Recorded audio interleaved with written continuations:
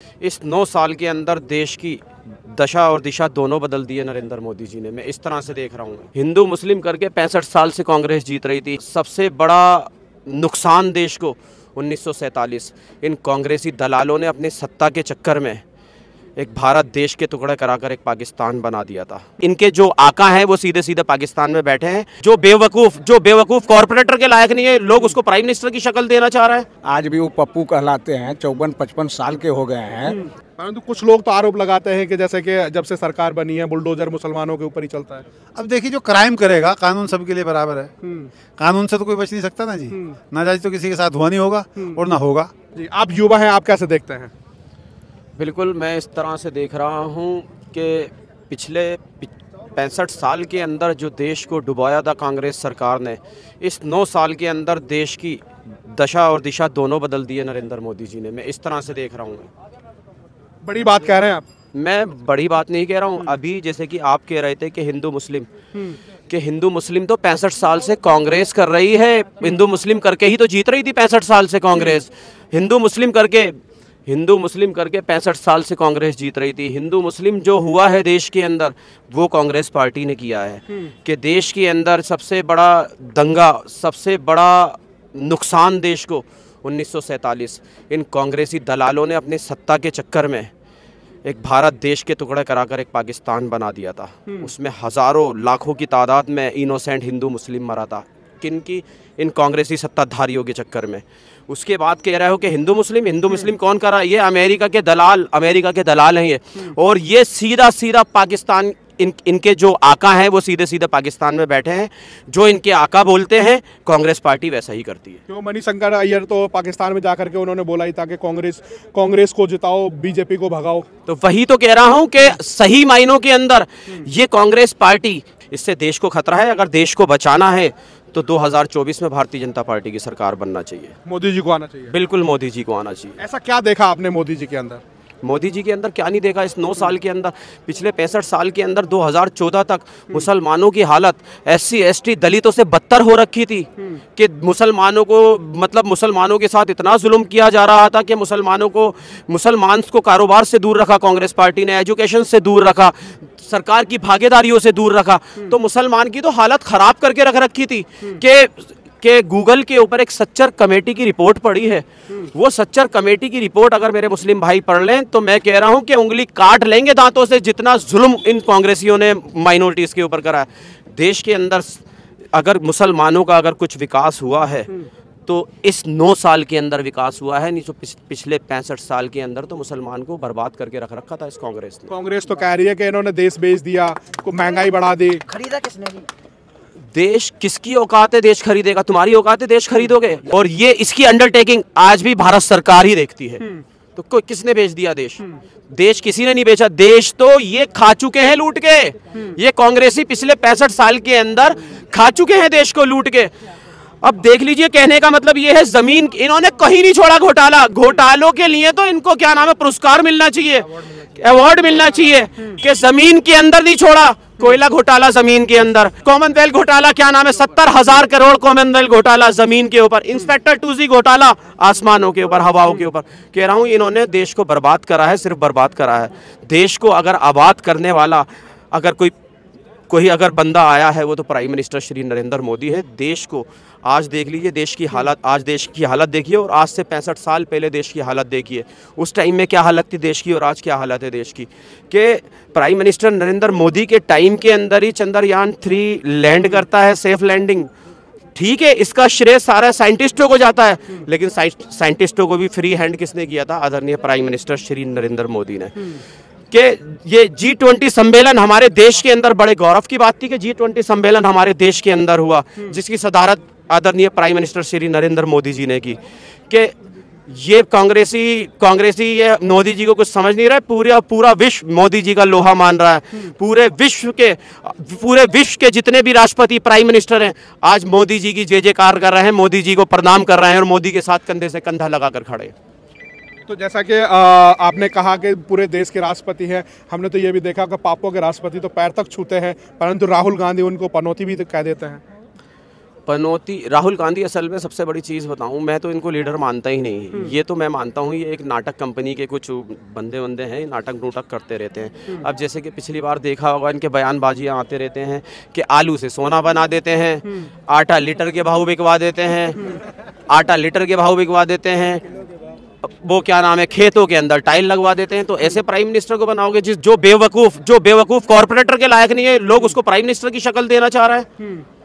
कुछ लोग तो कहते हैं कि राहुल गांधी प्रधानमंत्री बनेंगे। राहुल गांधी, मैं कह रहा हूं कि अपनी फैमिली का भी बड़ा नहीं बन सकता। अब तो इनका बुरा वक्त शुरू हो चुका है। मैं तो कह रहा हूं कि इस कांग्रेस परिवार को इटली चले जाना चाहिए वापसी। कैसे देख रहे हैं 3 राज्यों की जीत को और मोदी की गारंटी कैसी रही? देखिए, ये प्रधानमंत्री जी की गारंटी को जनता ने स्वीकार किया है, उस पर यकीन किया है, भरोसा किया है। उस भरोसे का रिजल्ट जनता ने दिया है 3 राज्यों में भारी बहुमत के साथ।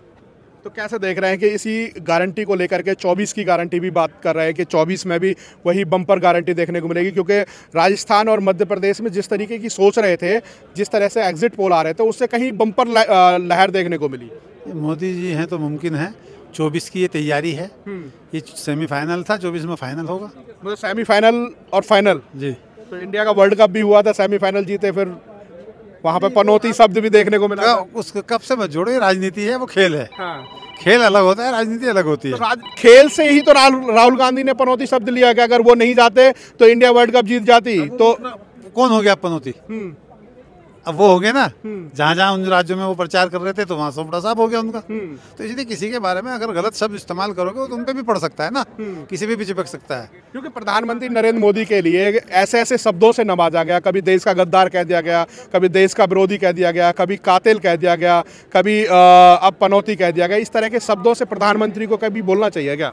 नहीं, प्रधानमंत्री की पद की एक गरिमा होती है, उस गरिमा को वो लोग समझते नहीं कि एक उस पद की क्या गरिमा है। उसको गरिमा को जो बोलते हैं वो जनता को बुरा लगा उनके बोलने का। उस बुरा को जो लगा उन्होंने जवाब उंगली दबा के दिया है, मतलब पूरा दबा दिया नीचे। राहुल गांधी को जवाब दे दिया, जवाब जनता ने पूरा दे दिया। तो जिस तरीके से देश की लोकप्रियता अगर हम देखें तो विदेशों में भी होती हुई देखने को मिल रही है। जैसे कि यूएई में अभी प्रधानमंत्री मोदी जी गए तो वहां से भी नारे लगाए गए कि 400 पार।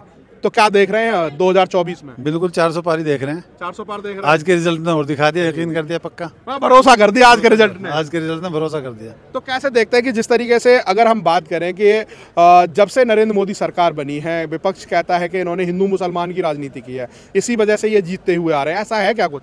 नहीं, देखो, विपक्ष के पास बोलने को कुछ नहीं होता ना जब वो ऐसी चीज़ें बोलते हैं। आप मीडिया के लोग हो, आपके माध्यम से मैं लोगों को भी बताना चाहता हूँ कि पिछले 60-65 साल में उन्हीं की सरकार रही।